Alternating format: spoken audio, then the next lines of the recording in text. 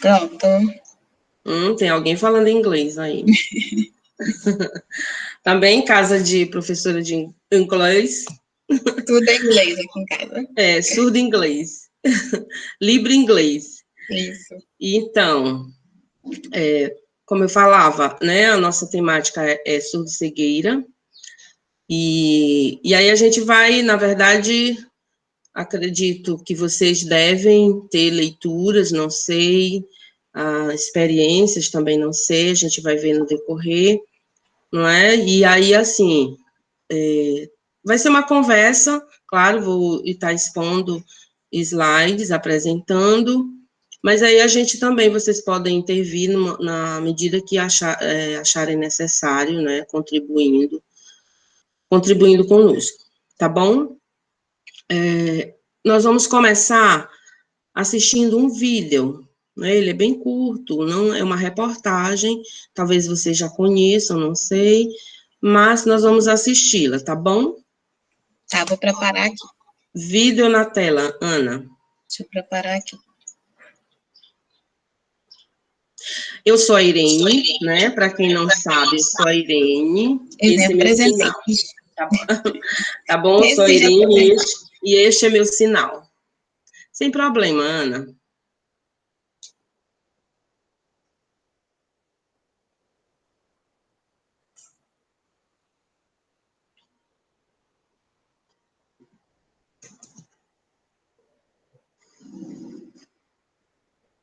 Deixa a internet me ajudar aqui também.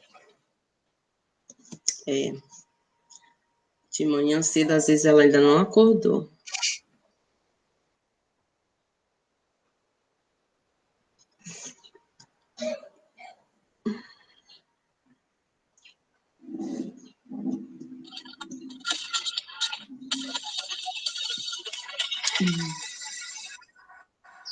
Agora o Bahia Meio-Dia volta a falar de uma história de superação.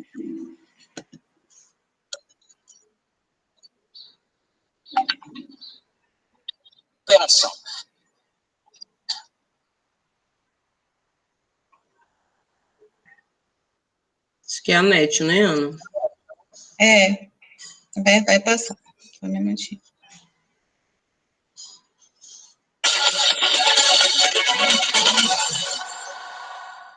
Agora o Bahia Meio-Dia volta a falar de uma história de superação.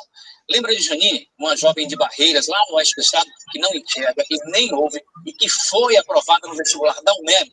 A gente mostrou no mês passado, aqui no Bahia Meio-Dia, essa história que emocionou muita gente. É verdade, Vitor. Agora, você de casa vai acompanhar com a gente a emoção do primeiro dia de aula de Janine no curso de pedagogia. Janine foi ao primeiro dia de aula, acompanhada pela mãe. Ela é a primeira surda-cega congênita a fazer uma faculdade. Janine passou no vestibular da UNEB, Universidade Estadual da Bahia, e não foi nas vagas de cotas. O curso superior sempre foi um grande sonho da Janine. Dedicação para isso nunca faltou. É por isso que nos próximos 4 anos é nesta sala que a Janine vai passar as tardes de estudo. E ela promete se esforçar sempre mais. O curso de pedagogia não foi escolhido por acaso. Eu quero fazer um concurso e trabalhar de professora. Ensinar os surdos cegos a aprenderem braille e libras também. O primeiro dia de aula não foi inesquecível só para Janine, mas principalmente para a mãe dela. Sandra se preparou para que a filha entrasse no universo do conhecimento. A gente faz uma retrospectiva, né? De como começou, do nada mesmo, da necessidade de busca, da necessidade de formação. E fazendo essa retrospectiva, a gente vê que fomos vencedoras. Janine vai usar a máquina de braille para fazer as anotações do conteúdo e a intérprete para conversar com a professora e com os colegas. E ela já conheceu todos os colegas de turma. Tocando os rostos, ela memoriza com muita facilidade cada um deles. É um privilégio estar com a Janine aqui. Temos mais, eu estava comentando com os colegas que a gente tem mais a aprender com ela do que ela com a gente. O sorriso no rosto mostra a alegria e satisfação da Janine, um orgulho por tudo que já passou e ansiedade pelas etapas que estão por vir. Ver a surda cega muito feliz. A gente também fica feliz, parabéns a Janine, mas parabéns principalmente para a dona Sandra, essa mãe guerreira, uma verdadeira heroína. Com certeza. Bom, vocês conheciam já esse vídeo? Sabiam? Já tinham visto? Conheciam essa história, um pouquinho dela? Eu não conhecia. Eu também não. Eu também não. Muito bonita a história dessa moça, viu? Verdade, Adriana.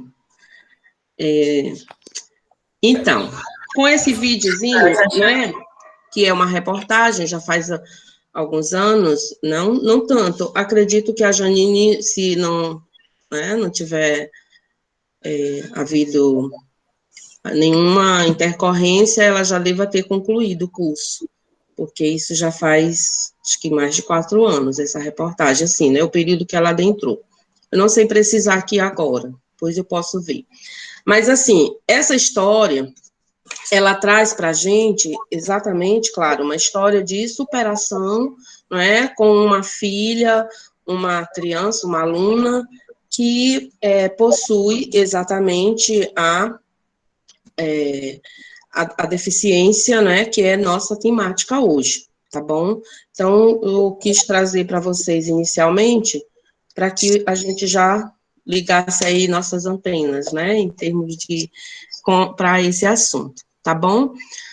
Dando prosseguimento, a Ana vai apresentar uns slides, e aí a gente vai fazer exatamente comentários a respeito de cada um, com relação à questão da nossa temática, tá bom? Vamos lá. Depois a gente volta para a Janine, a gente usa o exemplo da Janine no decorrer, a gente indaga, comenta, tá bom? Fiquem à vontade. E, Ana, nosso horário é até que horas mesmo? Até 10h30. O máximo é 10h30. Máximo 10h30, né? Tudo bem. Bom, então, gente, a nossa disciplina, né, no curso de AE, do Atendimento Educacional Especializado, do CAIS, que já tem aí uma estrada, né, Ana, esse curso. Desde 2015. Desde 2015, a gente começou, né, eu me incluo nesse processo, porque eu sou funcionária do CAIS, né, e na época eu estava especificamente na gestão do CAIS, e aí foi uma sugestão nossa, né, para a professora Ana Cristina, fazer esse curso, juntamente com a professora Salma, porque elas são do AEE, e a gente, enquanto centro de formação, nós temos que fazer, né, essas formações, é papel nosso. E aí, então, naquele momento, a Ana Cristina acatou nossa sugestão, né, elaborou o projeto, e de início, e ali foi, acho que por 1 ou 2 anos, Ana, eu não sei precisar, foi só na área de surdez, que a nossa sugestão foi a E-surdez, né, que é a nossa praia, digamos assim. Foi a E-surdez. 2015 foi só a surdez, aí 2016 começou com as outras disciplinas. Exatamente. Então, foi só 1 ano, né, que ficou, e aí, claro, a Ana, enquanto coordenadora, sentiu essa necessidade de ampliar o que tem sido muito válido, né, porque nós somos a educação especial, e a educação especial, o público-alvo não é só os surdos, né, não são só os surdos o público-alvo da educação especial. E o AE não está destinado só aos alunos surdos, mas a todos, né, os alunos que compõem esse público-alvo, dentre os quais, né, a surdo-cegueira aliás, o aluno surdo-cego é público, tá bom? Então, a nossa temática é conhecendo a surdo-cegueira, e aí a gente pode passar, Ana. Tá.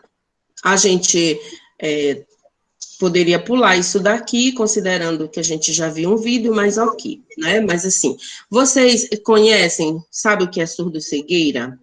Conhece as suas características, né? Você conhece algum surdo-cego no seu entorno, no seu contexto social? Sim ou não? Não? Não, professor. Sim, eu já tive... Quem é? Raquel. Amélia. Amélia.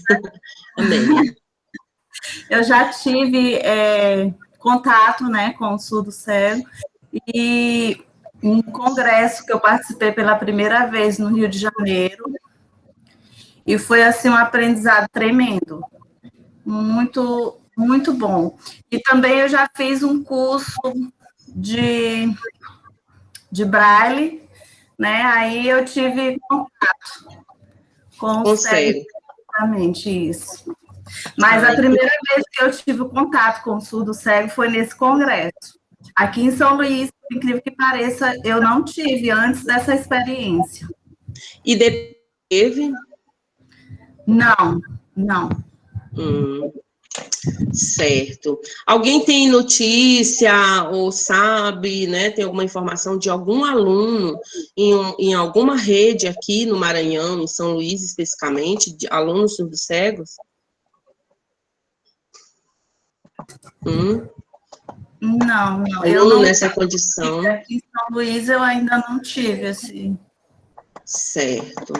Então, por aí, gente, a gente conclui, né, já pode, assim, concluir, de repente, né, inferir, de que esses alunos, de que essas pessoas, elas existem, porém, elas não estão matriculadas nas nossas redes, né? Elas estão onde? Certamente em casa, né? Excluídas, né, do processo educacional.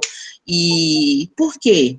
Porque elas não se acham, de repente, os seus familiares não as consideram capazes, né, de aprenderem ou de se incluírem, ou porque, e considerando aí que as escolas não estão, né, preparadas, que os profissionais não têm formação para atendê-los. Não sei, aí são várias as possibilidades, né? Mas o certo é que eles existem, sim, em todas as sociedades, né? Inclusive a nossa, existem pessoas com surdo-cegueira, tá? Mas ok, não conhecem, já viu num congresso, mas a temática, ela lhe chama a atenção, você tem curiosidade de entender um pouco mais, de conhecer? Muita curiosidade. Ou você, não, essa temática, já que eles não estão, não estou nem... É importante, considera importante que estudemos? Sim, muito importante. Tudo bem. Então, vamos lá. Ana, ok, Amélia, obrigada pela sua participação. Continue. Bom, então, na nossa aula hoje, né, na nossa conversa, nós temos aqui um pouco da ementa daquilo que a gente vai tratar, certo? Nós vamos ver conceituação, classificação, tipos de surdo-cegueira, né, conhecer um pouco da síndrome de Usher, falar das formas de comunicação, né, do surdo-cego pré- e pós-linguístico, instituições de formação, quem é que oferece essas formações, não é? Conhecer a história de Helen Keller e também saber da importância do atendimento educacional especializado para essas pessoas, certo? Para esse público. Continuando. Dá mais um clique. Tá. Então, gente, aí a gente começa com uma conceituação simples, né, de surdo-cegueira. Porque, assim, quando a gente fala em surdo ou cegueira, né, a gente se remete automaticamente, digamos assim, aos termos que nós já conhecemos, surdo e cego, não é isso? E aí, durante muito tempo, essa palavra, ela até foi, surdo-cego, ela até foi escrita ligada por hífen, tá? Surdo, cego. Embora gramaticalmente ela seja, né, um termo assim utilizado, mas no contexto da educação ou das pessoas surdo-cegas, esse termo saiu esse hífen, tá? Exatamente no momento que se concebeu a pessoa surdo-cega enquanto, ou a surdo-cegueira enquanto uma condição única e singular. Ela não é o somatório especificamente da surdez e da cegueira em uma pessoa, tá? Não é essa a compreensão. Tem alguém com o microfone ligado, não sei, tá com barulhinho. E aí, ela não é o somatório especificamente, tá? Mas ela é uma condição, a condição de alguém que tem impedimentos ou comprometimento nos sentidos da visão e da audição concomitantemente, tá? E, Ana, é o teu, Ana. É o meu? É. Peraí que eu vou ter que desligar, sair aqui da apresentação rapidinho para desligar. Vixe. Não, é rapidinho.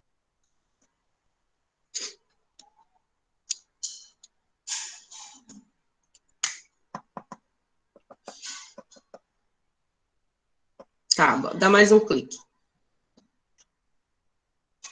Tá. E aí, por isso que essa conceituação que a gente traz é exatamente assim. O que é surdo-cegueira? É uma condição única e singular, né? Na qual uma pessoa apresenta comprometimento em diferentes graus do sentido da visão e audição. Simples assim, né? Então, uma pessoa pode ser mais ou menos surdo-cega, vamos dizer assim, né? Uma pessoa pode ter maior perda auditiva e menos perda visual, maior perda visual e menos perda auditiva, perda auditiva e perda visual, né, no mesmo nível. O que a gente precisa compreender que, como diz a conceituação, em diferentes graus, né? Ou seja, tem diferentes perfis de pessoas surdo-cegas, certo?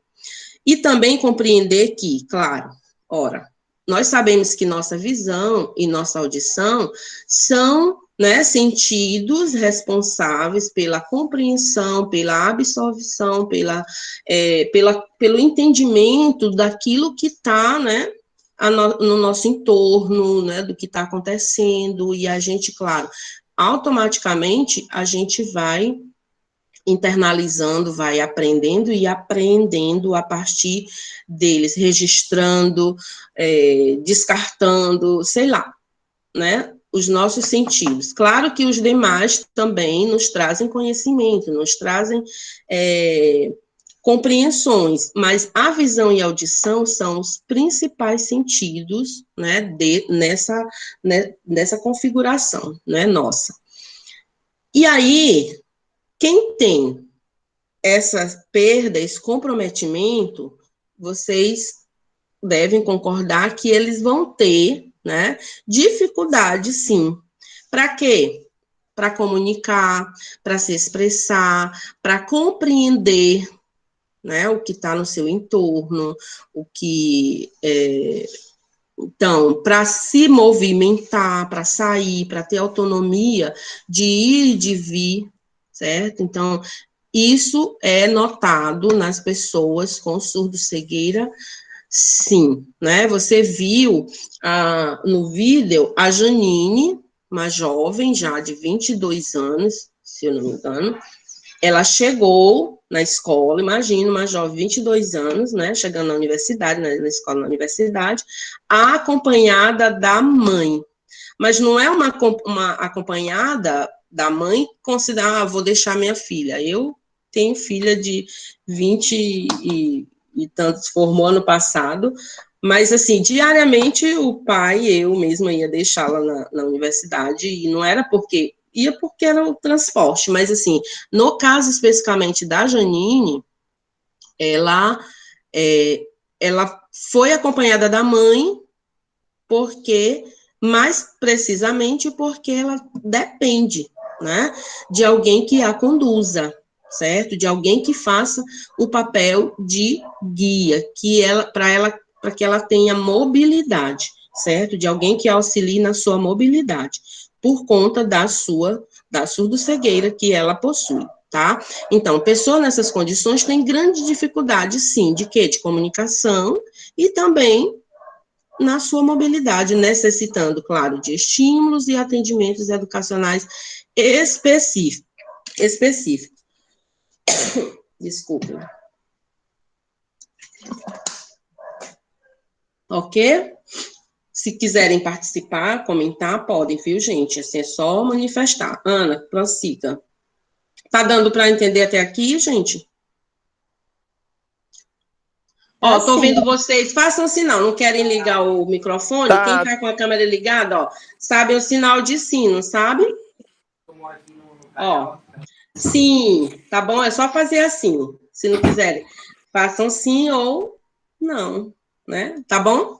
Dei um sinal. Ou como a Amélia fez, que foi, né, Amélia? O sinal, acho que foi a Amélia, fez o sinal de legal, não sei quem foi. Tá bom? Vamos lá. Então, e aí é uma condição, mas eu, enquanto professor, você, enquanto professora, né, nós até podemos, sim, desconfiar de alguém, né, de um aluno nessas condições, ou de alguém que a gente conheça.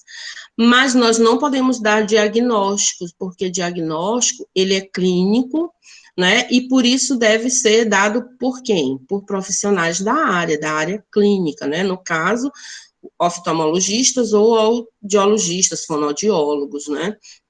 Então, porque precisam se fazer exames, né, e isso envolve exatamente a área médica, tá bom?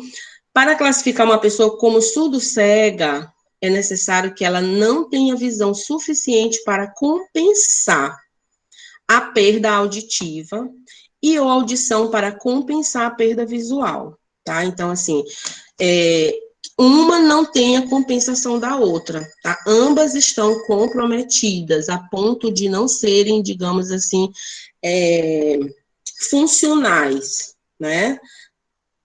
A perda da funcionalidade de ambos os sentidos, certo? Prossiga, Ana. Alguém que seja surdo, por exemplo, e que precise usar óculos, porque ele tem uma miopia, porque ele tem, né, alguma dificuldade visual, não caracteriza como surdo cego, né? Assim como nós que usamos óculos, eu estou vendo aqui algumas pessoas, eu mesma estou usando óculos, mas nós não somos cegas, né? Nós temos uma necessidade de usar lente de correção, porque já estamos, né? Eu, no caso, a idade, né? Já temos, e também miopia, coisas do tipo, mas isso não me caracteriza como pessoa deficiente visual, né? Assim como não caracteriza ninguém, tá bom? Então, a surdo-cegueira, quando é que ela acontece? Quando é que ela se apresenta numa pessoa, né? Numa criança, no adolescente, no jovem, dependendo do período, ela recebe uma classificação, tá certo? Então, quanto ao período de aquisição, a surdo-cegueira, ela pode ser pré ou pode ser pós-linguística, tá certo? E aí, a pré-linguística, né, a gente já infere que é exatamente quando ela acontece muito cedo, né, ou ainda na maternidade, ainda no ventre, assim, antes desse período de aquisição de uma língua oral ou de uma língua sinalizada, certo? E a surdo-cegueira pós-linguística é exatamente o contrário, acontece depois que a pessoa já tem um desenvolvimento linguístico, né, já teve aí uma língua internalizada, seja ela oral ou de sinais, certo? Então, lembrando, classifica-se quanto ao período de aquisição em surdo-cegueira pré-linguística ou surdo-cegueira pós-linguística, tá? É importante dizer que ambos os tipos, né, interferem diretamente na interação da pessoa com o ambiente. aquilo que a gente viu, né, lá mais no slide anterior, dificultando, claro, seu pleno desenvolvimento, né, assim, ele vai precisar, sim, de ser trabalhado, de ser estimulado, tá, para adquirir, para se comunicar, para se locomover, né, para se tornar o mais independente possível, embora sempre terá necessidade, sim, de, por exemplo, na locomoção, se alguém acompanhá-lo, certo? Vamos lá, Ana, pode passar. Tudo bem, gente, até aqui? Cadê Tudo o sim? bem. Tá ótimo. Cadê o sim ou não? Eu tô logo falando. E a Alana, é o S, Alana? Isso, muito bem, que você fez em A. Aí eu vou entender assim, não. Tá bom, brincadeira, Ana.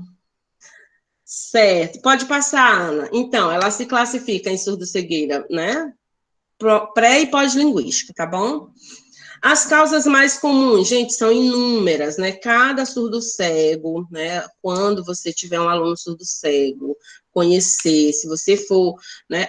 Cada pessoa, é claro, como toda e qualquer pessoa, é um universo, cada um tem a sua história, cada um tem o seu histórico, né? E isso também acontece com a pessoa surdo-cega, né? Então, mas assim, já se pesquisou e se conseguiu chegar, né, às causas mais prováveis, aquilo que pode ocasionar surdo-cegueira. E aí, tanto as causas clínicas, né, quanto causas, digamos, sociais e tudo mais. Então, síndromes genéticas, como a síndrome de Usher, mas existem outras síndromes também, tá? Diabetes, olha só, tumores, AVCs, meningites, né? Rubéola, não está elencado aqui, mas rubéola, né?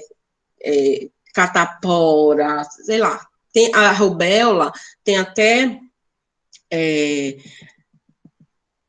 situações de que a pessoa se torna surdo-cega por conta da efeito tardio de rubéola, né? Então, isso acontece também, são casos já registrados.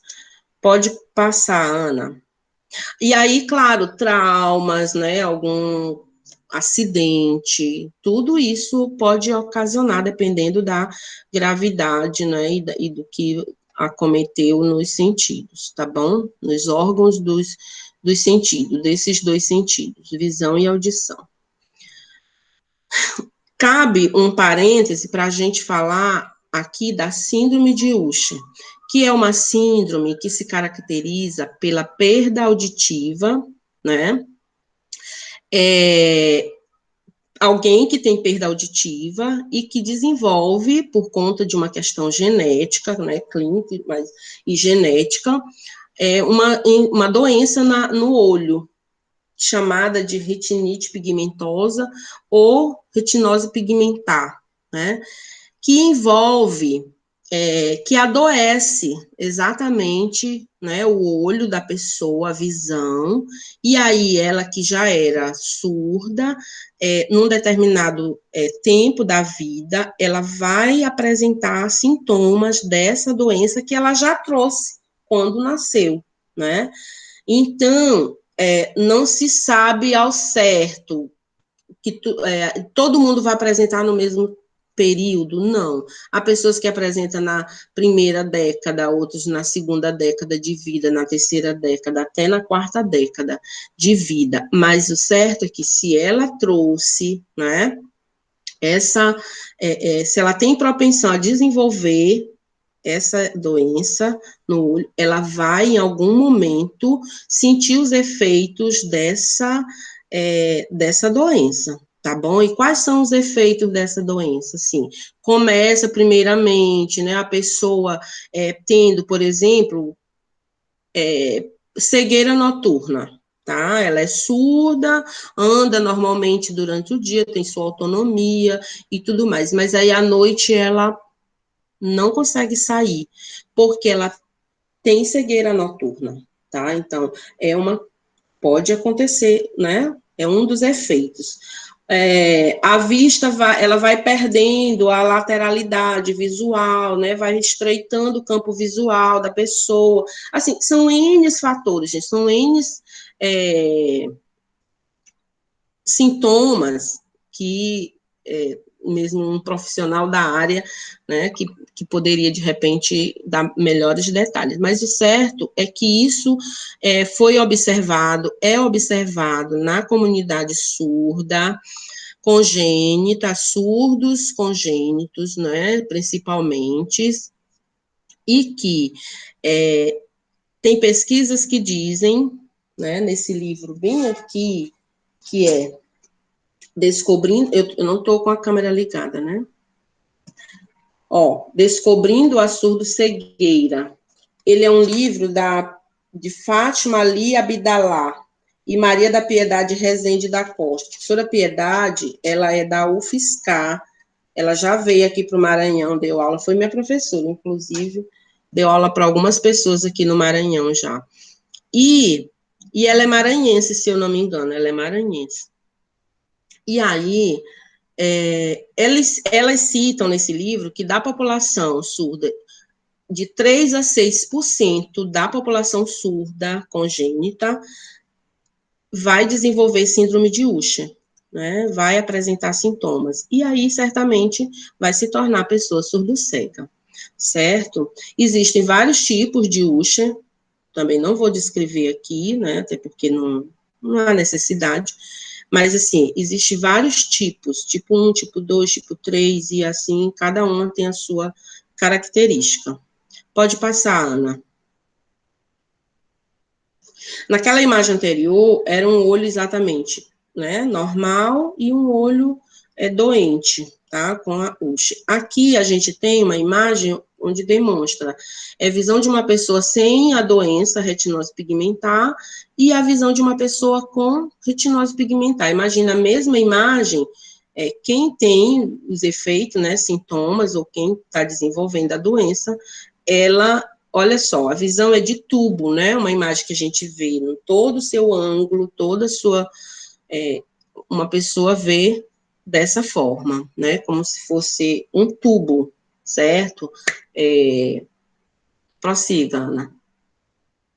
E aí a surdo-cegueira, ela,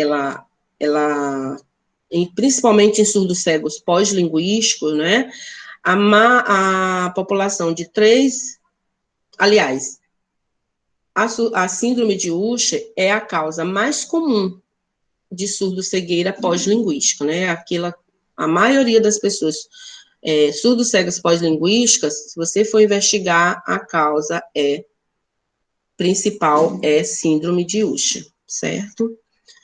Aqui no Maranhão, eu conheço uma família de pessoas surdas que todas têm síndrome de Usher, né?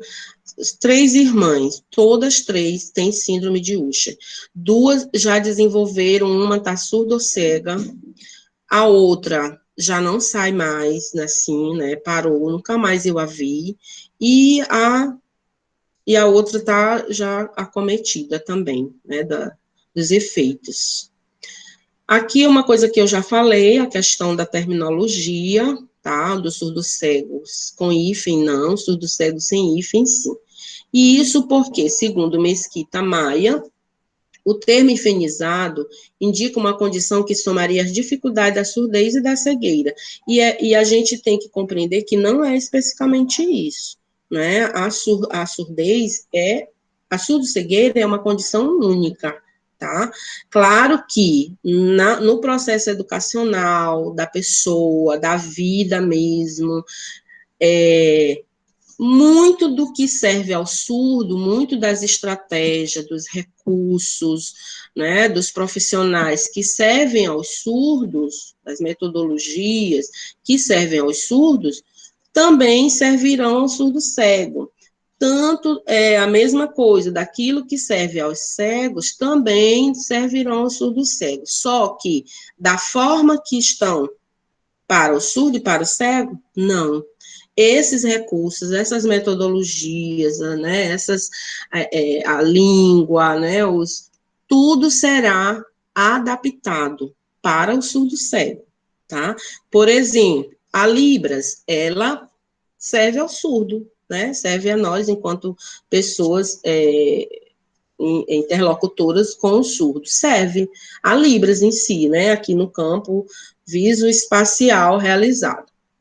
Para o surdo cego, a Libras serve? Serve. Se ele for falante de Libras, também vai servir para ele.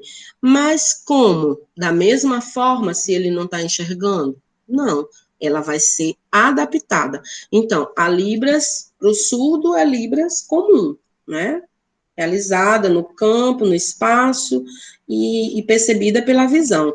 Para o surdo cego, a Libras, uma vez adaptada, ela vira Libras tátil, tá? Ela vai ser a mesma Libras que a gente usa com o surdo, só que dessa forma adaptada, certo? Libras passa a ser Libras tátil. Prossiga, Ana. E aí, gente, a gente, né, sabe que o trabalho com surdo cego pré-linguístico, né, porque a gente tem 2 tipos aí de surdo cego.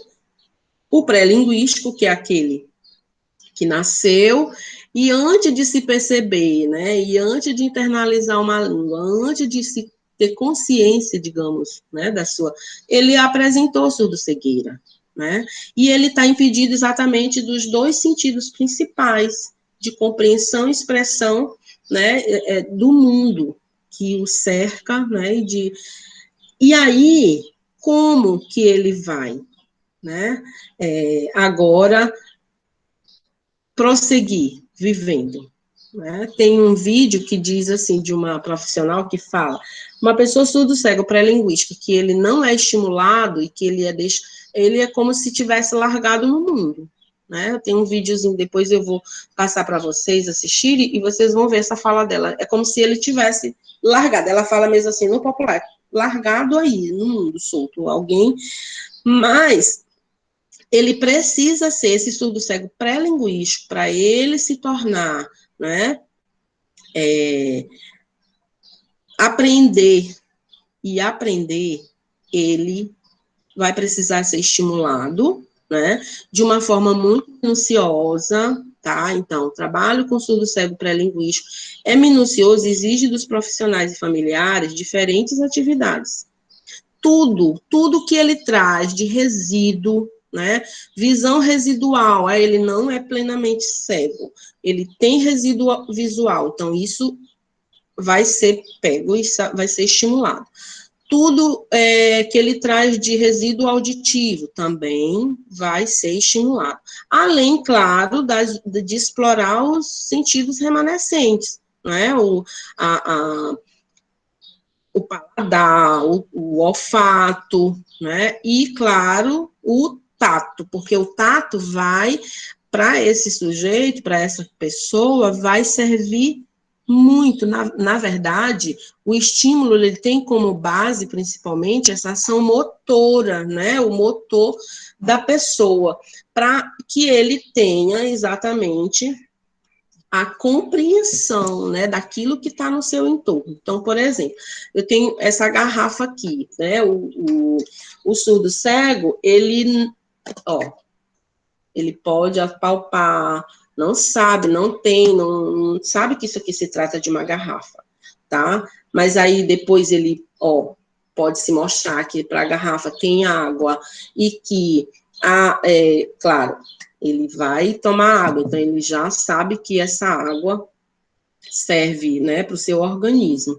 Com o tempo, de tanto ele ter, num determinado momento, né, a apresentação dessa garrafa, e aí depois, isso concretamente, depois ele passa para, né, um momento simbólico, né, que pode ser, por exemplo, aqui, ou apalpar o formato, né, e aí entra exatamente a questão muito do gestual, daquilo que a gente que a gente tem enquanto língua, né, da língua de sinais, a parte representativa, né, da garrafa, por exemplo, do copo, do objeto em si, até que ele...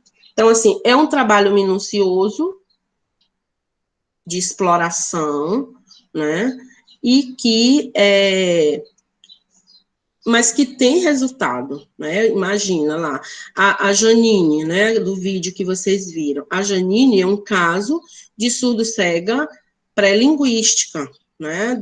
Vocês forem ver a história da Janine, ela adquiriu surdo-cegueira ainda na incubadora, ela nasceu, se eu não me engano, de 24 semanas, né, de gravidez, e ela, se eu não estou enganada, ela era gêmea, né, com a irmã, acho que morreu, não sei, e ela ficou na incubadora, então isso, né, muito tempo na incubadora e tudo mais, então ocasionou, né, a questão da surdo-cegueira nela, mas você viu, ela chegou lá, claro, com a ajuda da mãe, com se importar dos profissionais, né, com a determinação dela mesmo, então...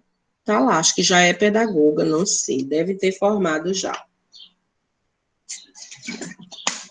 Para um trabalho com surdo-cego pré-linguístico, né, Jean Van Dyck, ele criou uma abordagem, né, que é de exploração do ambiente, manipulação de objeto, né, e que tem como base exatamente essa questão do pegar e do sentir, né, até tem os passos exatamente, até que ele internalize, tá, e que ele chegue para o estágio da simbologia, né, e não necessariamente do concreto, especificamente, tá bom? Que ele consiga fazer essa relação. Pode prosseguir, Ana. Olha só, aqui são exemplos, né, de materiais nesse processo, né, de ensino e de trabalho com surdo-cego pré-linguístico. Então, a gente tem aqui objetos de referências, né, que se trabalha com surdo-cego pré-linguístico. Surdo-cego pré-linguístico, ele nesse processo, por exemplo, de escovação de dente, ele faz todo dia, digamos, né, porque alguém escova o dente dele, junto com ele. Mas aí, num processo de ensino, ele pode, na sua rotina, o profissional, o familiar, pode exatamente, né, designar, pegar... fazer uma caixa de antecipação das atividades, ou mesmo, né, um calendário que vai organizar a sua rotina. Então, na hora do café, aí pega algum objeto que faz a simbologia ao café, digamos. É hora de escovar o dente, então pega uma escova. Sempre nesse momento de fazer o café, a escova, do tomar banho, aí um objeto de referência, uma toalha, um pedaço da toalha, um material, né, diferenciado, a gente consegue apalpar e reconhecer que não é um material da toalha, é um tecido específico. Então, sempre que o surdo-cego que vai para aquela atividade, né, nesse processo de ensino e de trabalho com ele, né, é hora de escovar o dente. Então, vai lá, mostra a escova para ele, aí ele, ó, já vai ligar, sabe que é hora de escovar o dente. E essa escova não precisa ser, claro, a escova que ele vai usar, mas uma escova, né, uma referência à escova. A hora da toalha, do banho, aí uma toalha, tá? Já vai tomar banho. Então, ele já vai até que isso, depois, esses objetos aqui, eles podem exatamente passar para o processo mais simbólico, né, a troca, tanto da referência, agora, ó, escova, aí já vai o sinal, até que ele, né, vai assim. Gente, por isso que os autores falam, e de fato né, um trabalho demorado e minucioso mesmo, e de dedicação, assim, né, imagine que você, que está se apresentando para essa pessoa que não tem largado aí no mundo, né, digamos assim, usando a expressão da pessoa que eu falei.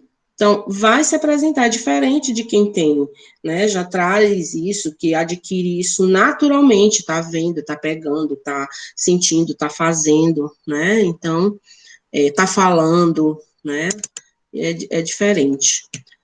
Vai, Ana. Mais.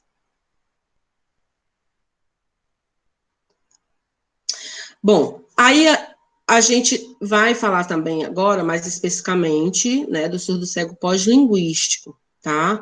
Que é aquela surdo-cegueira que vem depois que a pessoa já teve uma língua internalizada, que ela ou era cega e adquiriu a língua oral, ou era surda e adquiriu a língua de sinais, né? No caso, a Libras, tá certo? E aí, depois de surdo-cega, ela vai utilizar essa língua, né? E vai adaptar, certo? Para usufruir, né? Para a utilização no seu dia a dia. Claro, quando essa pessoa ficou surdo-cega, né? Passou a ser surdo-cega, ela já tinha conhecimentos de leitura e de escritas, né? Ela já era uma pessoa alfabetizada, então, por isso que eu digo, cada pessoa tem a sua realidade. Então, esse momento de sondagem, não sei se o termo ainda, anamnese, né? De conhecimento da pessoa é importante para saber o histórico, para saber exatamente de quando ela adquiriu, né, e conhecer o seu perfil, tá bom? Então, o que se sabe é que os conhecimentos de leitura e escrita, eles são adaptados para a utilização. Por exemplo, se ele usava a língua de sinais, né, e aí, na língua de sinais, na Libras, a gente sabe que tem o alfabeto manual, que é um recurso alfabético, né, para que a gente soletre palavras e frases e, sei lá, textos. Mas, eu não vou continuar usando, não vou continuar usando para ele ler, por exemplo, aqui, ó, amor. Qual é o significado que tem isso para o surdo-cego? Ele não está vendo, ele pode até, e aí eu volto na questão, tem surdos-cegos que podem ver ainda por aproximação, ó, a adaptação, de repente, que o surdo-cego precise, é só aproximar em campo, né, visual reduzido aqui, aproximado. Então, ó, pode falar aqui, ó, ele tem resíduo visual, ele é surdo-cego, mas ele tem resíduo visual, ele faz uso da Libras, e aí eu posso explorar essa visão dele e aproximar aqui, amor. Então, ele compreende. A mesma coisa, a questão da oralidade. Ele tem resíduo auditivo e ele faz uso, compreende a língua oral, então, pode ser falar aproximadamente ou cochichado, né, de forma que ele compreenda, né? Então, assim, não existe uma forma única, né, para todos os cegos, uma forma única de comunicação para todos os cegos, ou, aliás, os surdos-cegos. Não existe. Cada um, o surdo-cego é que vai dizer para o interlocutor, ele é que vai dizer qual é a sua necessidade, qual é a forma que lhe contempla nessa comunicação. Então, se ele tem resíduo visual, esse resíduo pode ser explorado em campo reduzido, em campo aproximado. E se ele tem resíduo auditivo, ele pode, inclusive, por exemplo, usar um sistema de amplificação sonora, que é chamado de loops, né, que o locutor, o interlocutor fala e ele compreende, né, tem resíduo auditivo, então ele vai, então assim, são N as formas, tá, algumas delas a gente vai ver aqui e vai falar de cada uma, tá bom? Normalmente, essas formas, elas envolvem as mãos da pessoa surdo-cega e do seu interlocutor, ou do seu guia-intérprete, ou do instrutor mediador, do familiar, assim, né? De quem está falando com o surdo-cego. Pode passar, Ana. Vocês estão muito caladas, é porque estão entendendo ou porque não estão gostando? É porque estamos prestando atenção no que você está dizendo. Muito bem, Raquel. Raquel, Eu pensei, foi muito mentir esse final de semana, essa semana. Na tua situação, lá na escola, com 40 alunos no AE, alguém tem que fazer algo. Amanhã eu tenho reunião com o superintendente, vou falar com ele de manhã. Nossa, tá vendo? Muito bem. Olha só, tem na legislação, né, porque estava falando assim, Ana pode falar isso mais precisamente para vocês, mas assim, eu fui ver, Ana, na legislação, na resolução 291, tem uma parte que fala, lá, vocês sabem, em 2002, 291/2002, ela é de 2002, é uma resolução estadual, é a mesma que fala da quantidade de alunos que deve ter numa sala inclusiva, né, numa sala comum. Então, lá ele diz que tem que ser no máximo até 3 alunos do mesmo grupo, né, de necessidades. Então, 3 surdos, 3 cegos, 3 deficientes intelectuais, assim, a resolução nos faz compreender isso. Mas nessa mesma resolução eu li, uma parte, né, um parágrafo que diz que o atendimento especializado, porque na época não era chamado de atendimento educacional especializado, sala de recurso, né, Ana? Antiga sala de recurso. Então, fala de grupos de 5 alunos, Amélia. Oi, sim. Fala em grupos de 5 alunos, isso. Tá? Então, e aí, olha só, a gente não utiliza, não tem outra depois dela. No Maranhão não tem outra depois dela, eu desconheço. Outra resolução, então ela que está em vigor. Então, grupos de 5 alunos, tá? Máximo. Qual é a resolução, Irene? Qual é a resolução 291 do Conselho Estadual de Educação do Maranhão, tá? Então, isso é uma brecha, você sabe que toda lei tem brecha, né? Então, é uma brecha para vir, para a questão da organização e eu acredito que é isso, a Ana falou aqui na aula passada, na outra turma, de grupos de 5 alunos, entendeu?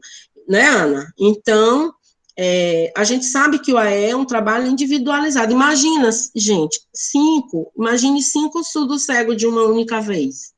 Impossível atender para um professor, né? Então, surdos, ok. Tem grupos até demais, eu vejo, né? É possível fazer desde que eles estejam nivelados, né? É possível até fazer com mais alunos, né? Eu tenho visto isso, às vezes, né? Às vezes faz até com mais alunos, não é? Mas, com outras categorias, difícil, tá? Então, assim, eu fui atrás porque eu estava lembrando de ti, viu, Amélia? Eu já devia ter lido, certamente, e sabia, mas é bom a gente refrescar, né? Bom, voltando para cá, Ana, cadê o slide? Sim, mas aí tá dando, gente, para acompanhar, para entender. Me chamaste, aí não tem como mostrar, eu falar e ligar o microfone. Entendi. Aí tive que parar, vou voltar aqui. Certo. Tá, então, deixa gente... eu ligar o áudio. Uhum. Ter um aluno, né, com surdo-cegueira estar, claro, né, preparado, ter a necessidade de compreender, como todo e qualquer aluno, né, a sua forma de aprender, de comunicar, de interagir, né, e aí, nesse processo nosso de conhecimento mesmo aqui inicial, que vocês disseram que não tem, né, não conhece, não tem, então a gente está vindo mesmo para a parte mais teórica. Se fosse presencial esse nosso momento, sempre que eu fazia, a gente fazia uma mini oficina, né, prática, de ver exatamente isso aqui, do que a gente vai falar agora, mas nesse momento aqui não é, então a gente fica mesmo no campo mais teórico, tá bom? Então, pode passar, Ana. Então, a gente vai ver agora as principais formas de comunicação com uma pessoa surdo-cega, tá bom? E aí, esse aqui é o TADOMA, que é uma forma, né, de comunicação onde a pessoa surdo-cega coloca a mão na face do interlocutor, aqui na mandíbula, sabe, no queixo, aqui, ó, assim, e a pessoa que é falante, no caso, ela tem compreensão da língua oral. Essa pessoa aqui, especificamente, ela tem resíduo auditivo, né? Resíduo auditivo que ela utiliza, ela explora. Bem, então, mas ela compreende a forma que ela achou principal. Ela utiliza outras formas, mas a principal, que é marca, né, dessa pessoa aqui, é o Tadoma, que é essa forma aqui, ó. Então, a pessoa fala baixo, claro, mas articuladamente, a mesma coisa que o professor está falando, no caso, o guia-intérprete, no caso aqui, fala tal qual o professor está falando. Ela não fica inventando palavras. Ela fala a fala do locutor, vamos dizer assim, né? Do professor, do palestrante, de quem está falando. Então, ela reproduz a fala do palestrante, tá? O palestrante está falando aqui alto, porque todos, tá? Ela está bem aqui, no canto dela, sentada, em pé, como queira, não sei, falando, reproduzindo a fala do palestrante. Essa é uma forma de comunicação denominada de Tadoma. Eu tenho um aluno cego, surdo cego, eu vou usar o Tadoma com ele. Não é você que vai definir. É ele que vai dizer se o Tadoma atende a sua necessidade, tá? Então, o Tadoma é uma forma que, principalmente aqui no Brasil, nós temos poucas pessoas que usam Tadoma, tá? Eu ouvi uma fala da Cláudia Sofia essa semana mesmo, ela falando que no Brasil, que usa Tadoma, que 4 pessoas somente. Ela, a irmã dela, ela tem uma outra irmã, ela tem uma irmã, aliás, que é surdo-cega também, e elas duas usam Tadoma, tá? E ela citou outros que eu não sei dizer agora, mas assim, poucas pessoas que usam o Tadoma. Mas essa forma, assim, é um mistério, eu que digo, eu fico pensando, meu Deus, realmente, é um mistério, mas é uma possibilidade de comunicação que ela utiliza muito bem. Assistam, vão no YouTube, assistam, tem vários vídeos com a Cláudia Sofia. Hoje ela é presidente ou é vice-presidente da ABRASC, né, que é a Associação Brasileira de Surdos Cegos. Então, ela tem uma atuação política, né, movimento social ela é muito atuante. E aí, por conta disso, ela tem muitas entrevistas no YouTube, e você vai ver que ela vai sempre estar utilizando, principalmente, ela vai estar usando outras formas, mas principalmente o Tadoma, tá bom? Pode passar, Ana. A Cláudia Sofia, ela é casada com um surdo cego, um outro surdo, né, surdo cego, que é o Carlos Jorge. Acho que não sei se existem outros casais surdos cegos no Brasil, mas eles são surdos cegos e são casados. Uma outra forma é essa bem aqui. Observem esse alfabeto, né, que a gente encontra no Google, que foi publicado aí. É um alfabeto de caixa alta, né, letra de caixa alta, que tem um formato de você fazê-la, tá? Articular cada letra, e que serve para a escrita na palma da mão, aqui, no centro da mão. Ou em outra parte do corpo, desde que a pessoa requisite essa forma, né? Porque, assim, o nosso corpo, né, nós temos, né, a nossa sinestesia. Então, se a pessoa requisita na perna, na costa, na mão, o mais conhecido é o da palma da mão. Mas outros surdos cegos podem exigir, né, que seja feito em outras partes do corpo, que ele compreenderá também, certo? Então, a sugestão, a orientação é que essa letra seja feita obedecendo essas setas aí, uma após a outra. Eu não preciso, por exemplo, amor, um em cada e vai lá para a ponta do dedo. Não, faz uma letra sobreposta à outra, aqui, ó. Uma sobre a outra, uma de cada vez, que a pessoa compreenderá, tá? É muito, nós mesmos podemos fazer isso um com o outro, que a gente vai compreender, porque a gente consegue fazer a leitura, né, tátil, né, sinestésica da palavra escrita, ok? Nós temos. Agora, claro, isso serve para quem? Para surdos cegos alfabetizados. Não pode ser para surdos cegos não alfabetizados, nunca. Isso aqui é uma forma alfabética de comunicação. O surdo cego alfabetizado, ele pode sim usufruir dessa forma de comunicação. Tá bom? Prossiga, Ana. Mais. O alfabeto manual, que nós conhecemos, já falei, ele vira alfabeto manual tátil. Aqui, ó. Tá bom? Então, a pessoa lê, a gente articula normalmente, a mão dele sobrepõe a nossa, né, de quem está articulando, e aí, então, ele consegue ler. Tá aqui, imagina, essa mão aqui é a do surdo cego, essa aqui é a do interlocutor, do guia inter. Aí ele vai, aqui, pronto, percebeu, sentiu e tal. Nessa imagem aqui, é uma imagem, uma foto, meu arquivo pessoal, onde quem está interlocutando aqui, o interlocutor, o homem aqui é o Carlos Jorge, que é o marido da Cláudia Sofia.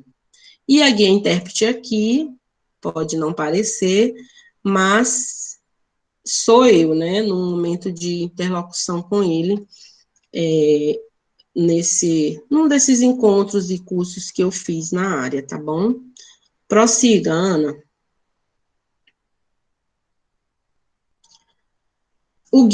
A língua de sinais tátil, eu já falei também, né, a Libras tátil, língua de sinais tátil, né, no nosso caso é Libras tátil, e aí é a forma de comunicação mais comum utilizada por surdo cego pós-linguístico, tá bom?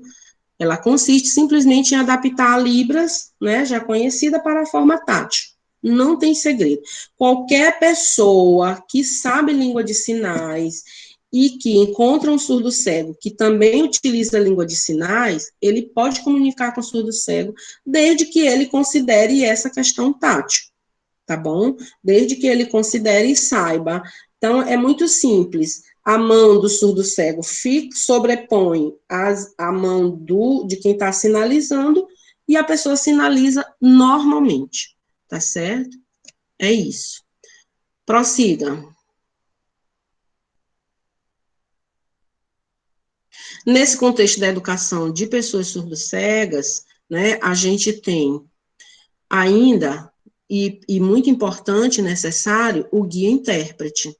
Gente, o guia, vocês devem saber que na educação de pessoas cegas, ou na vida das pessoas cegas, ou deficientes visuais, existem, né, o guia, um profissional que guia, que pode guiar, é perfeitamente comum. Na área de educação de surdo, existe o intérprete, tá? E aí, para o surdo cego, eu disse que muitos dos recursos utilizados pelos cegos e pelos surdos servem ao surdo cego, desde que seja adaptado, que é o caso aqui. Então, o guia intérprete, certo? Então, ele tem realmente essa função, tanto de guiar, ó, sinal de guia intérprete, tanto de guiar, quanto de apresentar o ambiente, quanto de interpretar para o surdo cego. Então, assim, é diferente com o surdo, o intérprete vai para uma palestra, né, num seminário, sei lá onde, lá no Palácio dos Leões, digamos. Os surdos vão estar, e ele foi convidado, chamado. Bom, o intérprete vai do seu canto, o surdo vai também pelas suas vias. O surdo cego estará também, tá? O guia intérprete, se não tiver ninguém da família que leve o surdo cego, pronto, é papel do guia ir buscar o surdo cego para levar para esse espaço também, onde ele estará, assim como todas as outras pessoas. Então, ele tem, função também de guiar. Claro que, nesse contexto, né, no dia a dia, na dinâmica, nesse processo, tudo pode ser combinado, acordado, mas é função também da pessoa que vai atuar com surdo-cego, de guiá-lo também, tá? De apresentar, fazer a descrição, né? Para a pessoa dos diferentes espaços.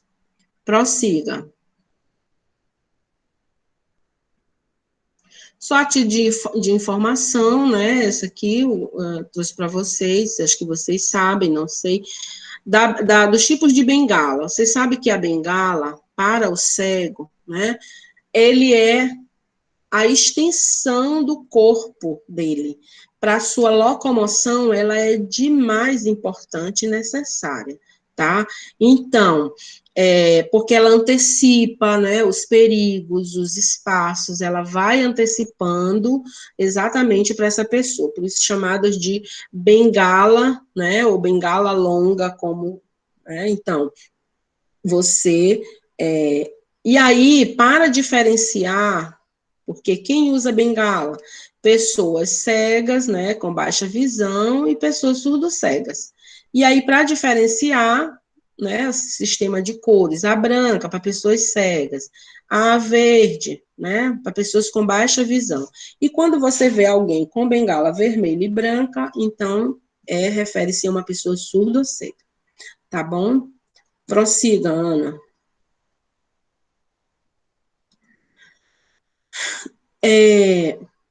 Bom, isso que a gente trouxe até aqui, gente, claro, questões que envolvem, né, a pessoa, o aluno com surdo-cegueira, e a gente não pode esquecer, claro, que você pode ter um amigo, um parente, um vizinho, né, de repente descobrir quem ainda não, alguém nessa condição, tá? Mas nosso curso aqui, ele é um curso de atendimento educacional especializado, e a gente tem sempre que estar vendo o surdo-cego nessa perspectiva, né, da educação, certo? No caso aqui, os alunos, as temáticas, sempre nessa perspectiva da educação. E aí, a gente traz exatamente essa lembrança de que os alunos surdo-cegos, né, eles são público-alvo da educação especial. Isso está garantido na política de 2008, que está ainda em voga, né? E está também garantido na política de 2020, que não está em voga, acredito ainda não, porque foi, né, publicada, mas aí entrou está suspensa. Mas, assim, a política de 2020... quem já teve a curiosidade de ler, né, ela trouxe muitos benefícios para a comunidade surda, né, e automaticamente para as pessoas com surdo-cegueira, né. Então, na questão do atendimento, na questão das escolas bilíngues, na questão da garantia, né, da educação bilíngue, tá? Então, não sei o que vai acontecer, não sei quando volta, se vai voltar, não sei. Só sei que ela foi contestada por conta do que ela traz de regresso, né? Um retrocesso, né, regresso, de um retrocesso no que se refere à questão, né, dos demais grupos de alunos, da questão das instituições, né, das salas especiais, das escolas especiais e tal. Então, isso foi contestado, principalmente, essa foi a contestação maior, acredito, e aí, por isso, né, as instituições entraram e essa política, está suspensa, né, nesse momento está em análise, não sei. Mas, assim, a política de 2008, ela traz, né, exatamente como público-alvo da educação especial. Quem? Alunos com deficiência, transtornos globais de desenvolvimento e altas habilidades de superdotação, tá? Então, alunos com deficiência, tá bem que os alunos surdos-cegos estão nesse grupo de alunos com deficiência. Que tipo de deficiência? Uma deficiência sensorial, assim como são os alunos surdos e como são os alunos cegos. Então, os alunos surdos-cegos estão bem aqui nesse grupo de alunos com deficiência, tá? Os transtornos globais, vocês devem sabe, né, são os TEAs, né, e altas habilidades de superdotação, que é um grupo atendido pela educação especial, mas que não se refere especificamente, não são alunos, são alunos público-alvo da educação especial pela sua condição também, né, de superdotação. E aí isso está garantido, né, nas políticas, como eles não estão na escola, infelizmente, no Maranhão, não estão, não tem. São Luís, eu desconheço algum caso de aluno matriculado, se vocês souberem, informem. No CAIS, que é um centro, o CAIS e CAP, no caso, nos estados, essa formação deve ser dada por essas instituições, né, assim, politicamente organizado, deve ser promovida por essas instituições, inclusive por isso que se está vendo isso aqui nesse curso de vocês, da formação, que é uma formação continuada, né, mas assim, a gente desconhece. O CAIS existia, no momento está parado, mas assim, até 2019, nós tivemos uma aluna surdo-cega, né, que saiu porque ela foi fazer exames, porque ela ia fazer, se eu não me engano, um implante coclear, né, fazer o implante. Não sei se já fez. Mas ela era uma aluna nossa, diagnosticada como surdo-cega, e ela era uma aluna nossa do Iniciação a Libras, né, da aluna da professora Paula, nos últimos anos, ela foi aluna da professora Paula numa, como é que a gente chama? Uma atividade complementar que a gente tem no CAIS, né, que é de iniciação a Libras, para pessoas surdas que não são alfabetizadas ou que não sabem Libras, certo? Então, elas vão para essa atividade complementar aprender Libras, é o objetivo principal, tá bom? Vamos lá, prossiga, Ana. Aqui são instituições, né, que dão formação e apoio a nível de Brasil. Tem o INES, tem o IBC, que é o Instituto Benjamin Constant, o Instituto Nacional de Educação de Surdos. Primeira vez que eu vi uma pessoa surdo-cega, eu não sei se foi lá, a aluna que disse que participou, acho que foi a Raquel, não, a Amélia, não sei, a Adriana, não sei. No congresso, no Rio, não sei se foi no INES, mas eu vi, a primeira vez que eu vi um surdo-cego foi no INES, assim, realmente é algo que nos chama a atenção, né, toda aquela questão, né, de atendimento a eles participando, assim, não é algo que passa despercebido em termos da gente ficar curioso, né, claro que depois, com o conhecimento que a gente vai tendo, né, as leituras, as formações, a gente vai compreendendo que são pessoas que podem, né, que podem participar e devem participar, ser ativos e podem, sim, tranquilamente, sem essa coisa da gente, né, se alarmar, tá bom? Então, ainda tem as instituições que são ONGs, né, a Abrapacem, a RIMSA, né, são instituições que atuam também com pessoas, a DEFAV, tem a Fundação Dorina, se eu não me engano, alguma coisa assim.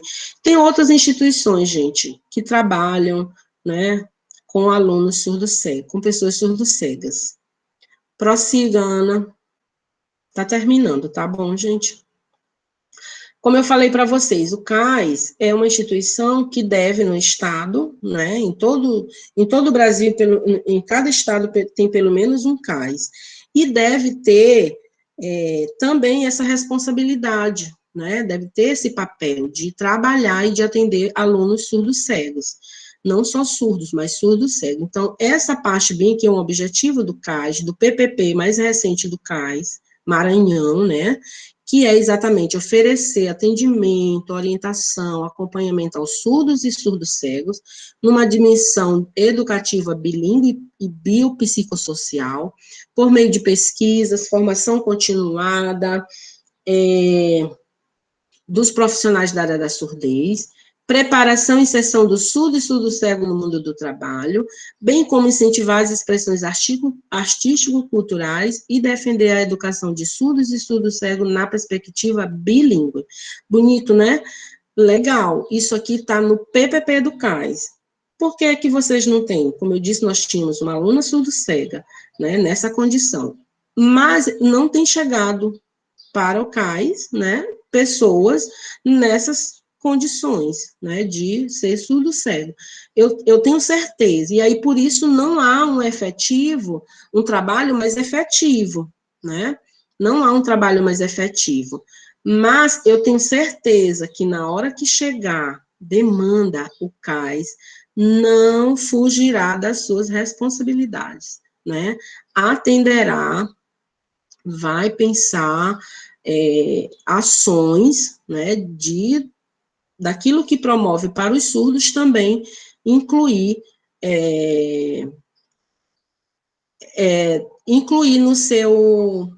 nas suas ações, não é isso? Ana, ainda tem mais algum? Tu tiraste? Está terminando.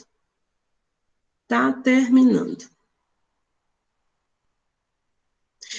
Dentre os CAIS, o CAIS de Brasília, né, tem um trabalho muito efetivo, muito interessante, né, no atendimento ao surdo-cego. Outros CAIS, Brasil afora, uma ou outra iniciativa, mas, assim, a maioria vive como aqui mesmo, né, do Maranhão. Mas o CAIS de Brasília, ele tem um atendimento bem interessante, né, nessa parte de formação, inclusive, uma formação que nós tivemos aqui em 2019, não foi? Não foi 2018, não estou muito certa, acho que foi 2018, num programa, né, um projeto denominado Intercais. Então, Intercais é um projeto do INES, onde tem trocas, né, entre os profissionais do CAIS. Então, nossa solicitação foi uma formação na área de surdo-cegueira. O CAIS do Maranhão solicitou isso, a professora Vanessa solicitou, e fomos atendidos, né, e veio uma professora, a professora Ellen Regina, veio do CAIS de Brasília dar uma formação aos profissionais do CAIS, né, nessa área de surdo-cegueira, tá? Porque eles têm um trabalho bem organizado já assim. A professora Ana Cristina, nesse mesmo processo de Intercais, né, programa Intercais, Ana foi Natal, foi Mossoró, Ana, foi Mossoró, né? Dá uma formação exatamente nessa área de AEE, né, de português, como segunda língua. Mossoró. Então, assim, e outros CAIS também fizeram já trocas, né, e assim, eu penso que, encerrando essa pandemia, esse programa vai continuar, né, que a gente vai poder se encontrar, se Deus quiser, né. E aí, gente, fica, né, assim, já fechando nosso momento aqui, onde só eu falei, poucos vocês falaram, espero que vocês estejam compreendendo.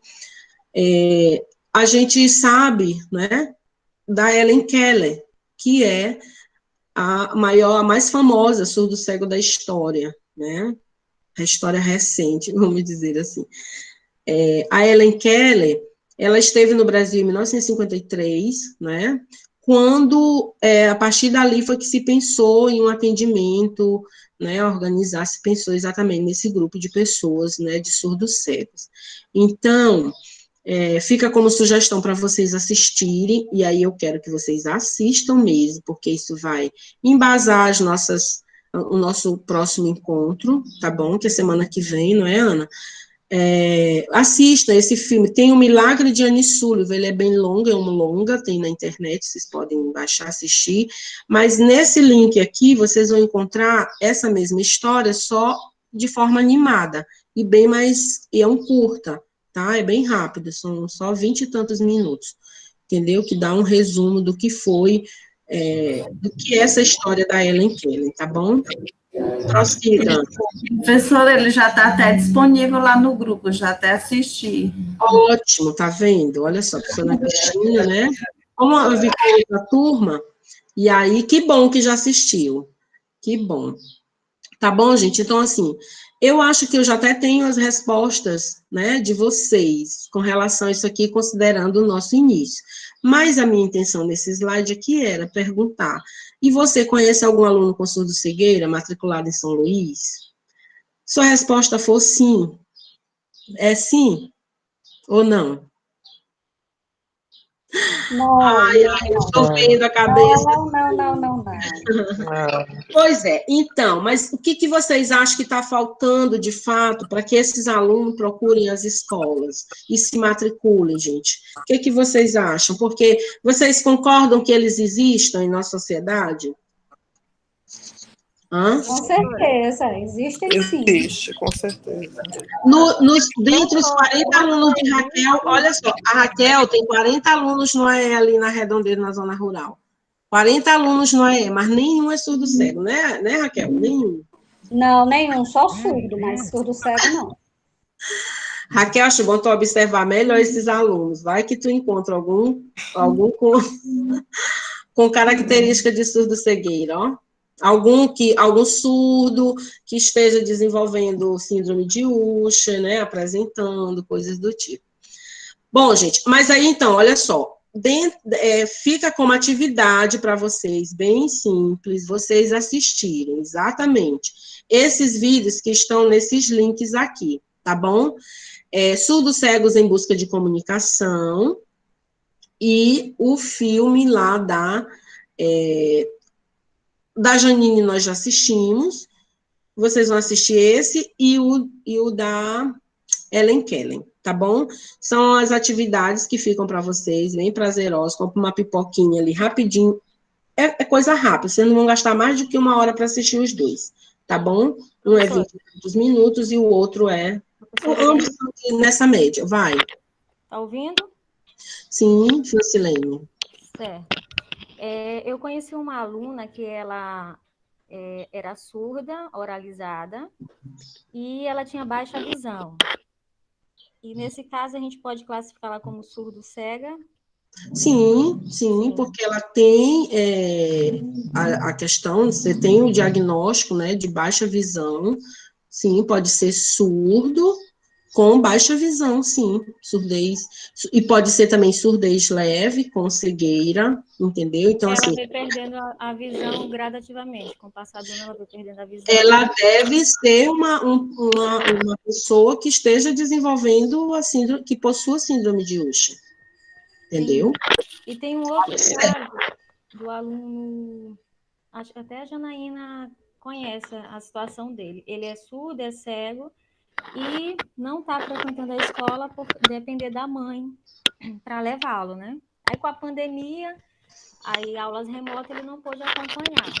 Eu conheço esse caso desse aluno. Ele está matriculado aqui em São Luís? Ele estava matriculado no Pio 12, aí tentou a transferência para o Antônio Vieira, ficou da mãe levar a documentação e ficou nesse impasse. Mas o certo é que a matrícula dele original está no Pio 12. Quem está falando é a Francilene, intérprete? Isso. Instrutora, na verdade. Professora, instrutora, né? Isso. Oi, Francilene, tudo bom? Liga a tua câmera, deixa eu te ver. Hoje não dá. Estou na aula. Tudo bem. Francilene, então, pronto, gente, já temos um aluno matriculado na rede municipal, né, com surdo-cegueira. Não está frequentando, né, Francilene? Por conta daquela questão que ele depende da mãe, e a mãe tem que trabalhar, e ele não vai sozinho para a escola, né? Pois é. É o grande entrave, na verdade, né? Exatamente, né? Olha, vocês... Não tem como ele frequentar devido a esse impasse. E que ele poderia estar indo se a escola disponibilizasse para ele o guia intérprete, né? Isso. Entendeu? Ele está matriculado no Pio 12. Eu sei. Pio 12 já é ensino fundamental maior, então ele... No EJA. na EJA, olha só, então já tem mais de 15 anos, né? Ele tem 19 ou 20 anos. Tá vendo? Então, assim, por quê, gente? Se fosse surdo, ele iria tranquilamente, mas ele é surdo cego. Então, ele precisa de alguém que realmente, né, o conduza, né, que seja seu guia. É um direito que ele tem, né? A mãe não pode, mas ela pode exigir do poder público, no caso da escola, de disponibilizar alguém para atendê-lo e para que ele não fique fora da escola. É só uma questão mesmo de compreender isso e de fazer valer o direito, né? Então, claro que no momento isso não é possível, considerando o que se vive, né, de pandemia e de atividade remota, entendeu? Mas quando voltar ao normal, que se Deus quiser vai voltar ao normal, não vai, gente? O que vocês acham? Vocês creem? Ontem na live de Felipe Camarão, ele falou que até, na fala dele, que até agosto a gente estaria voltando no híbrido. Essa foi a fala dele. Quem que falou, o secretário ou o prefeito? O secretário. Do município ou do estado? Do estado, do Camarão. A gente quer acreditar, né, porque, assim, havia também essa previsão para esse início, né, agora, mas aí a coisa virou, né, na verdade. Mas vamos confiar em Deus e acreditar que acontecerá isso, né, vamos torcer, fazer a nossa parte, né, orar por todos, para que essa enfermidade vá logo embora, né, do nosso meio. Então, gente, é isso. Encerrando aqui, teve uma voz masculina que acho que começou a se pronunciar e foi interrompida, não sei. Cadê? Falou, vai falar? Gente, alguém mais quer falar? Quer contribuir? Oi, bom dia, professora Irine. Eu também assisti aquele filme Black, que é bem parecido com esse que é da Ellen Kennedy. Isso. Entendeu? É bem interessante. Também, como sugestão para assistir umas 3 vezes e bem muito lembrado, bom. Gisilene, muito bom. Aborda também a questão da surdo-cegueira, não é? E muito interessante, é um filme também. Existem vários outros, viu, gente? Assim, assista o Milagre de Anne Sullivan, Os Surdos em Busca de Comunicação, não é?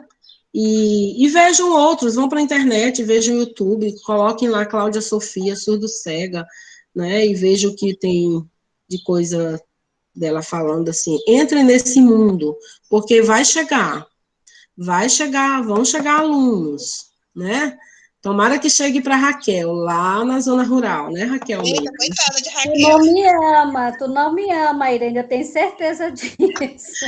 Amo, sim. Olha, se for um aluno surdo cego para você, pensa, tu vai atender só ele, entendeu? Em tese, né? Porque na realidade não funciona assim, não. Não, mas assim, o atendimento, gente, ele é individualizado. E, claro, o AE, ele é um atendimento, né, individualizado em pequenos grupos, mas no caso do surdo cego, ele é realmente individualizado. No caso do professor, o surdo cego pode estar na sala e ter o guia intérprete dele ali, interpretando, né? Mas enquanto o intérprete fala para 1000 surdos, se for necessário, o guia intérprete falará para um surdo cego, entendeu? Porque assim, ó, numa sala, se tiver 3 surdos cegos, terá um guia intérprete para cada surdo cego, entendeu? Então, o trabalho, ele é realmente individualizado, tá? A não ser que seja um atendimento, que ele faça uso, por exemplo, da comunicação oral, tenha compreensão oral, e aí o guia intérprete fale por loops, todos os 3, no caso do exemplo que eu estou dando, façam uso, né, desse sistema de amplificação sonora, que é denominado de loops, L-O-O-P-S, loops. Hoje a gente tem também o sistema FM, né, que eu acredito que também sirva para o surdo cego, porque ele é um trabalho, ele é um sistema de amplificação, né, da fala. Mas se cada surdo cego, se a situação for o contrário, cada surdo cego ali presente, um usa Tadoma, o outro usa escrita na mão, o outro usa Librastátil, Então, é um guia intérprete para cada. Eu estou fazendo aqui a cadeirinha, um de frente para o outro. Um aqui, outro aqui, outro aqui. Entendeu? Então, por isso, Raquel, se chegar para você, não fique com os demais, atenda só ele no momento dele. Tá bom, gente? É isso. Alguém mais quer falar? Professora Irine, a senhora falou assim, por que muitos alunos não se matriculam? Porque eu já vi que tem escola que não tem professor capacitado, e aí a mãe manda, que eu conheço, a mãe manda a criança para a escola, não tem profissional capacitado, aí a criança fica lá no cantinho, e aí tem um professor que fala assim, mãe, eu não consigo ensinar, mãe, eu não sei o que fazer, e tem muitas das vezes que a mãe é obrigada a tirar seus filhos da escola por causa disso, entendeu? Por falta de conhecimento dos professores, entendeu? Porque não tem como ensinar, se você não vai buscar um conhecimento, como é que você vai ensinar uma criança quando chega na sua sala com uma deficiência?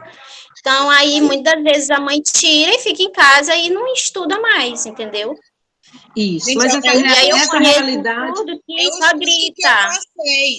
Eu passei por esse susto, porque eu sou professora de inglês da rede, e aí, anos aí atrás, eu me deparei com uns surdos na minha sala. Eu nunca estudei nem educação especial na minha faculdade. Mas aí depende do professor, né? Se eu quero atender os meus alunos, eu vou atrás. E aí eu fui atrás de, pelo menos, saber me comunicar, né, para poder conseguir dar aula para eles, e eles eram os meus melhores alunos. Irene foi a minha primeira intérprete, sabe dessa história muito bem, né? Então, é um susto realmente você receber um aluno surdo cego que de imediato você vai olhar e você, meu Deus, o que eu vou fazer com essa pessoa? Né? É igual um paralisia cerebral, aquele todo comprometidinho que eu já peguei, assim, vários sustos lá, em informações do João Moana, vendo as mães colocarem uma alimentação segurando o pescoço do menino assim para cima, parecia um peru, entendeu? E aquilo me dava aflição. Então, realmente isso acontece com professores, é novo para a gente, né? Ainda mais para quem está chegando agora, não é comum você ver um surdo cego. Mas se você vai atrás e se dedica, vai ser a melhor experiência da vida de vocês. Então, a Luciana, que é a minha aluna, que ela não é surdo-cega porque ela tem visão funcional, ela só tem baixa visão, é a melhor experiência que eu já tive na educação especial na minha vida. Né? Muitas vezes eu já desisti de atender a Luciana, já cheguei a me esconder da Luciana no cais. Né? É um caso de amor, Ana e Luciana. Ela não queria ser atendida por ninguém. Né? E eu consegui aprendizado da Luciana. Depois de 6 anos, eu vi a Luciana sorrir, entendeu? Interagir, ensinar Libras para os alunos do curso de Libras. Isso aí, para mim, não tem preço, né? Não tem salário que pague isso. É o trabalho da gente e a gente vendo o retorno do trabalho. Né? É verdade. É a vontade, assim, se a aluna não falta nunca a sua aula, é porque ela gosta, porque ela está até aprendendo. Né? E a gente percebe o aprendizado da Luciana e a evolução da Luciana. Pode até não ser na parte de matemática, de física, química, na parte social, foi 200% a melhora da Luciana. Entendeu? Então, é um trabalho muito compensador, um trabalho que eu vou realmente fazer. Exatamente. E a Luciana para a vida, entendeu? Atender a Luciana para a vida. A gente faz exemplo. Exatamente, Ana. E assim, Josilene, nessa questão que você fala, é claro, mas assim, a nossa alegria, né, e esperança é de que essa situação está mudando, tem mudado. Olha só, quantas pessoas aqui estão, né, numa formação, talvez, eu não sei, pela primeira vez, ouvindo sobre surdo-cegueira, né?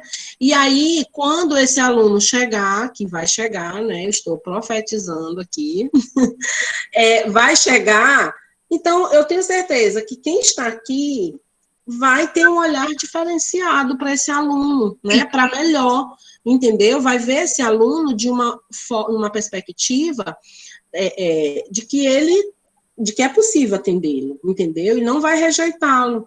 Né? Então, isso já é bom, né? Isso é ótimo. Então, como a Ana falou, Ana era professora de inglês, ainda é, né? Mas, assim, ela nunca tinha ouvido falar de educação especial. Isso não faz tanto tempo, né? Não faz tanto tempo. Tem o quê? Tem 21 anos, né, Ana? Está adquirindo maioridade agora. Isso. E aí a Ana um dia chega na sala e tem lá 4 alunos surdos numa sala super lotada, né, Ana? Quinta série do Sergel, e além dos 4 alunos surdos, já tudo adulto, porque eles estavam fora da faixa etária, mas exímios alunos, ainda tinha uma professora que se metia a ser intérprete, né? E acreditando que era, no caso, eu aqui, e acreditando que ia dar certo esse trabalho ali iniciado. E deu certo, porque, gente, esse trabalho iniciado como, né, uma experiência assim, né, de forma sem nenhuma pretensão especificamente, a não ser de ser, de dar possibilidade de que esses alunos surdos prosseguissem nos seus estudos, tá hoje com o que a gente vê aí, estado afora, né, o Estado mesmo já criou a função de intérprete, já fez 2 concursos, o município fez concurso, a esfera federal fez concurso, existem intérpretes, né, no Estado inteiro, exímios intérpretes. Eu não sou mais, né, eu fui, mas hoje eu sou mesmo, sou professora, só interpreto as minhas falas para o surdo. E hoje você tem a oportunidade de conhecer isso tudo antes de receber o aluno. Exatamente. Eu fui fazer formação de AED, de Educação Especial, em 2010, 2012. Né? Não existia isso. Exatamente. E é por isso, Ana, que eu digo assim, o CAIS sabe da sua responsabilidade, né? O CAIS sabe da sua responsabilidade. Se não está fazendo, não tem um trabalho mais efetivo, é porque não chega para a gente a demanda. Na hora que chegar, como eu disse, o CAIS não fugirá das suas responsabilidades e vai sim elaborar, vai atuar junto a esse aluno com excelência, como faz com os alunos surdos, né? Então, e aí, quem sabe, nesse tempo não já é a Amélia, a Josilene, a Alana, a Raquel, né, a Adriana, que já é da rede, né, Adriana? Eu falei para eles, eu tenho professores aqui no curso do AE que foram meus alunos no AE, né? Quem sabe ano que vem não serão vocês que vão estar dando aula aqui, né? Pois é, entendeu? Então, assim, tudo é possível ao que crê e tem vontade, né? Sim. Então, é isso, gente. Alguém mais quer falar alguma coisa, contribuir, indagar, dizer, perguntar? Tudo certo? Se não, Ana, a gente se encontra na terça-feira. Lembrando que vocês devem assistir o quê? Os vídeos. Aqueles indicados e, claro, outros que queiram, tá bom? Busquem conhecer muitas coisas nesse período agora. Terça-feira, né, Ana, nosso próximo encontro? Terça-feira. Então tá, gente. Professora, qual é o sinal de surdo-cegueira? Tá. Surdo-cegueira.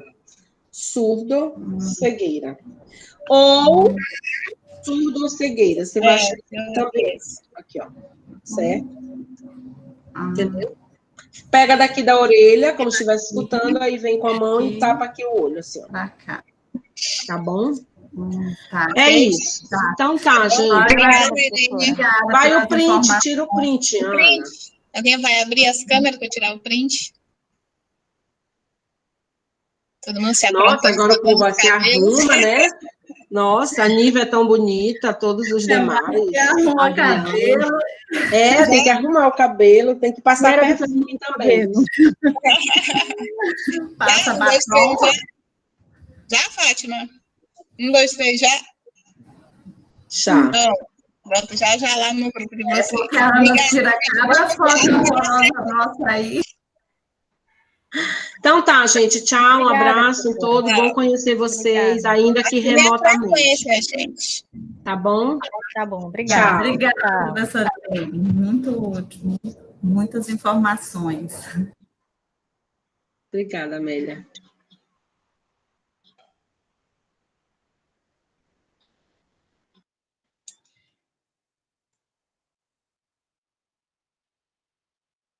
Eu sempre esqueço de encerrar a gravação.